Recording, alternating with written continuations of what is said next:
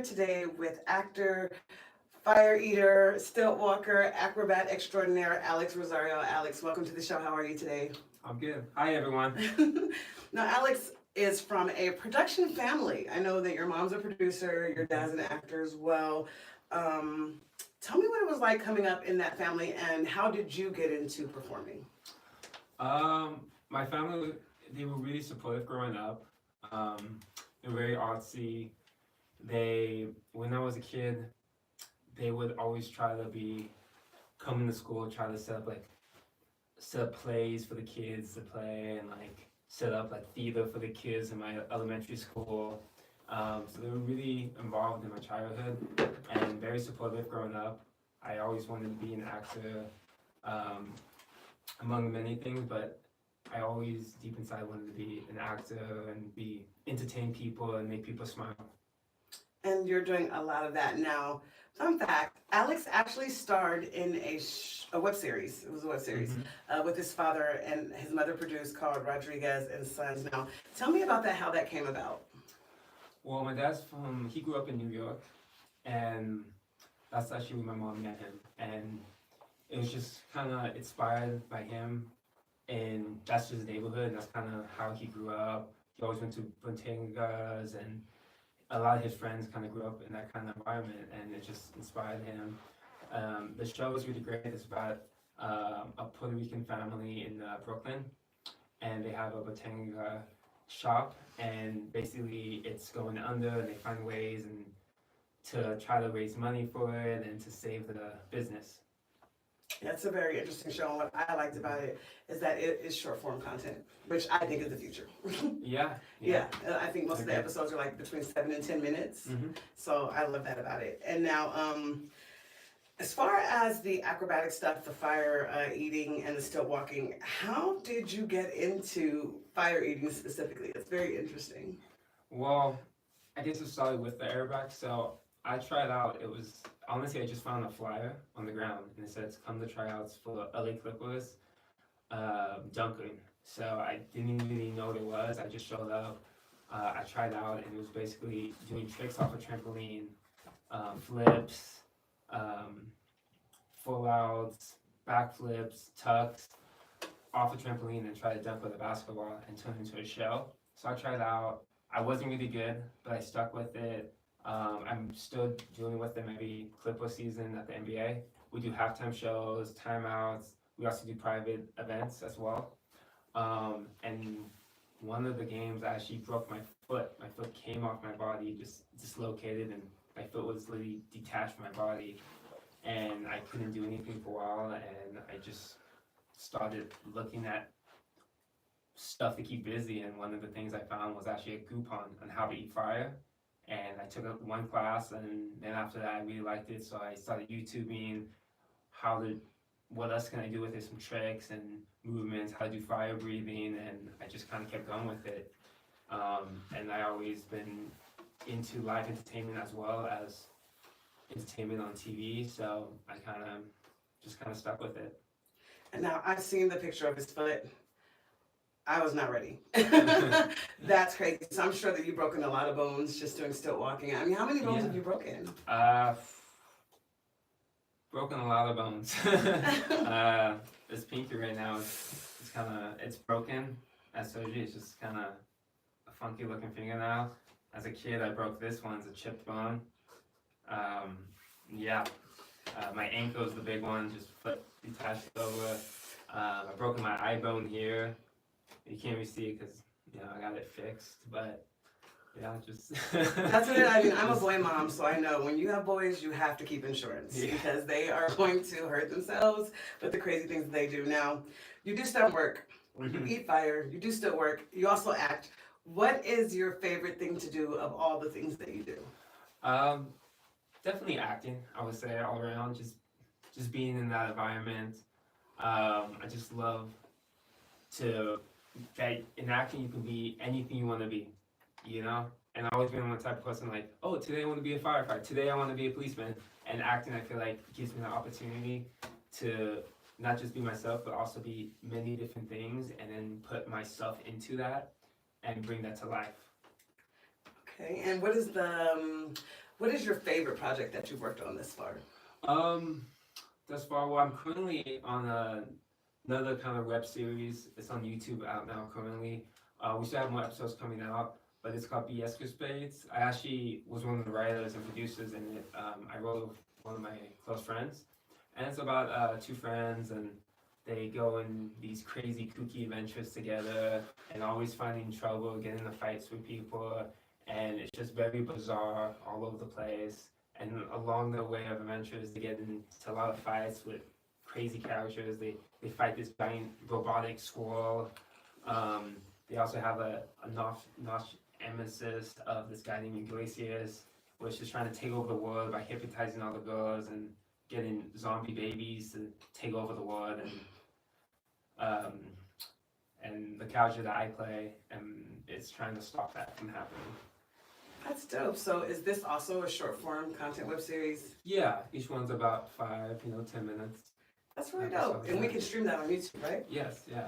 All right, so let's check that out. So that's the favorite thing that you've done thus far. And now, in what you described with your show, A Giant Robotic Squirrel, do you guys use a lot of VFX in the show? Yeah, we're working with this editor, and he was also helped directed. He won an Emmy for editing, and he's really good. He's been helping bring it to life with all that kind of robotic and fun graphics as well.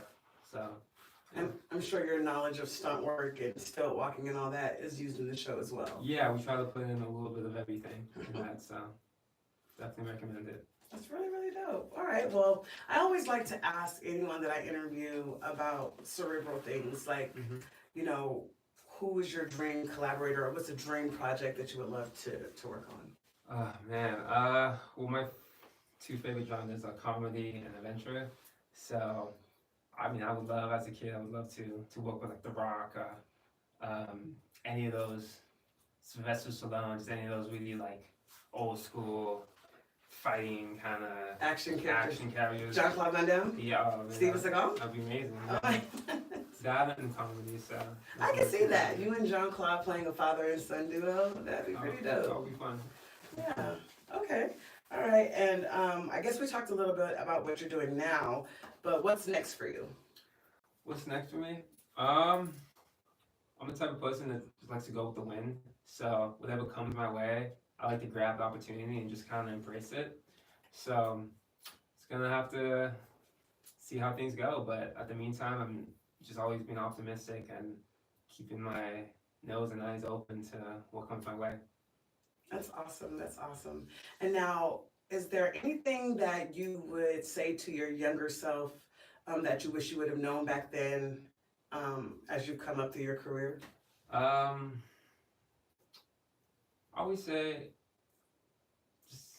just keep doing what you're doing. I guess don't break as many bones, because it definitely, every time you break a bone, it definitely sets you back at least 6 months, a year. So, but I would say doing that, I definitely felt like it made me mentally stronger and kind of not give up, because a lot of people, when that happens, it sets you back too much and you never really come back from it. So I think just kind of putting yourself out there and just kind of getting used to, like, rejection, injuries, everything, heartbroken, everything, it just kind of makes you stronger and it kind of makes you who you are. So my advice to my younger self is maybe you shouldn't invest in Bitcoin, but still done everything that I did. So you wouldn't change anything? I don't think I would, no. Okay, and now GQ has this really fun feature where they ask people like what they travel with, or what can you not, travel without. But I always like to ask people, because a lot of us are actors or performers, what is on your riser? Like, what do you mean? Like, your riser, like, what do you have to have in your dressing room? Oh, my dressing room? I'm honestly such an easy... You really are. You are the most easygoing interviewer that I've ever had.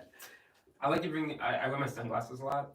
I feel like I have sensitive eyes, so I guess just bring my sunglasses out, of prescription sunglasses, normal sunglasses, because, honestly, I'm very easy. I don't have a skin routine. I don't do anything in my hair. I just kind of wake up, roll out of bed, and I'm like, okay, let's go. That's it. This is what we're doing. And so I know that your parents have been together for a while. Are you an only child? No, I have an older sister, so I'm the youngest in my family. So there's two of you guys. Hmm. Is your sister an actress as well? She's not. She didn't want to go in that direction, so she was the rebel of the family. Oh yeah, She she's was like, actually, you're not pulling me into yeah, production. she was not into She lives a it. quiet, low profile life. Yeah, so That's awesome. And I mean, any plans for you as far as like family stuff? Are you planning to, get married or have a family? at some point, yeah. Nothing coming soon. I mean, no babies I know of. Like, knock on wood. You never know. You could have a kid out there somewhere. And now, wait, you have a really interesting, like, stilt walking robotics company. Tell us about that and how that came about. So I also do stilt walking. So we dress up as a LED robot. It's part of the live entertainment company I do, which I also do fire eating. We go to bar mitzvahs, we done some weddings, we done a lot of clubs. We actually done music videos, a couple of commercials, and we just kind of hang in the background, dance, and we put costumes on, and we're 10 feet up in the air, and we just hype up the party, kind of lever it up, and yeah, that's one of the things I like to do as well, and it's so far it's been going pretty well. Yeah, I've seen your Instagram. It's pretty lit. Yeah. I would love to have you guys at a party. It's a very interesting thing. So, wow, I appreciate your time today with us, Alex. Let the people know where they can find you on social media. Yeah, so my name is Alexandro Rosario. My Instagram is ALEXANDRO 4242. That's my Instagram. And also for my robotic, if anyone's interested, it is mega.mex, which is MAGE dot and then MECH. That's awesome. And that's where you can find him now. I can't help but to notice that you have a little bit of an accent. Or were you born in California or are you also from New York? I was born in California, but I would go back a lot to New York. My mom's from Philly, so every summer we go back. For the whole summer? A lot of times, maybe for like a month. We'll go That's when I was a good. kid. That's a lot of time. Yeah. So I spent some time on the East Coast, but I was born and raised in LA, and that's where I love to be. So. Awesome. All right. Well, did you have any questions for me? No, I would like to thank you for this time and just taking time out of your day and interviewing me. This was great, and I'm so glad. I'm so glad that you came and interviewed with us, and we would love to have you again. Everybody, make sure that you follow him on Instagram. Check out his robotic company. He's got some really great things going on, and make sure that you stream his show, BS Escapades. Yes. That's pretty funny. Definitely check that out. It's streaming now on YouTube. But thank you so much, Alex, for joining us, and we look forward to seeing you guys for the next Maya TV interview. Bye.